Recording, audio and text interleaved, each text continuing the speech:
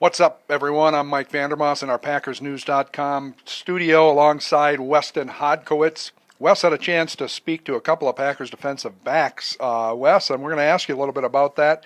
Casey Hayward, is he a guy who's going to return to his rookie form after basically having a wasted second year with a hamstring injury? Yeah, I think he will, Mike. Assuming he is 100%, which is he thinks going into the offseason program he will be. He hasn't pushed it 100% yet. He hasn't really fully exerted himself because they wanted to avoid the same situation he fell into last year's where he hurt it a week before camp, and then it was kind of all downhill from there. The one thing he learned, though, is that with hamstring injuries, you never really can be too certain. It's not like a broken bone or anything like that where you can play through it or you can put a cast on it.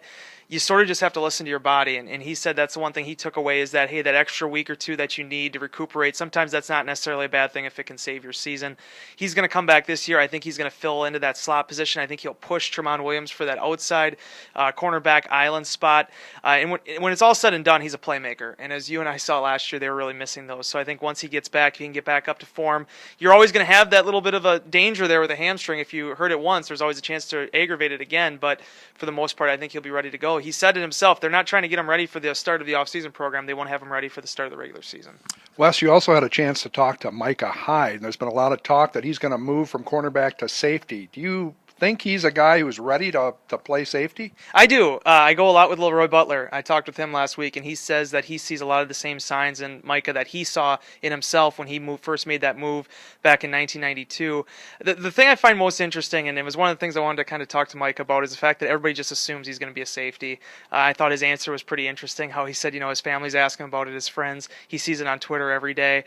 But at the end of the day, he did do this for 2 games at Iowa. The original plan was he was going to play free safety for Iowa his junior year when they graduated both of their guys, or when they lost both of their guys, the Hawkeyes did, and they had to switch that up because the guy who was filling in for him at cornerback just really wasn't up to par. He said he enjoyed it. He was getting the hang of it, and it's something he really liked. So the main thing is he's on board with Mike McCarthy. He wants to play as many downs as possible, as many plays as possible, and if that means lining up at safety, I think that's something he's definitely interested in. Final question, Wes. I'm going to put you on the spot. Week 1 of the regular season starts. Who's going to be the Packers' starting safeties?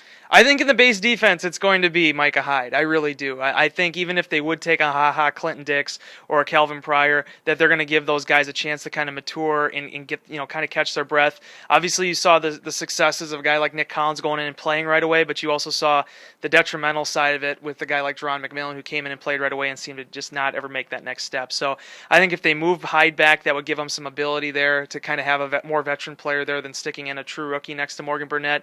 I think it would be something that he would allow Morgan Burnett to play more of his game than what he was able to do last year with MD Jennings for most of the season. So I do believe at the end of the day it will end up being Micah Hyde playing in that safety spot in the base defense and maybe coming down in the nickel packages. The one thing I did think was interesting too, though, he said, this isn't necessarily just, I think Casey Hayward mentioned it, this isn't just saying, okay, we're going to play base, nickel, and dime. They might come up with packages that have both of them involved that are a little bit more of that hybrid technique. So there's a lot of different things they can do, and I think no matter what, they're going to be a lot less predictable than what they were in 2013. All right, for Wes, I'm Mike. We're out.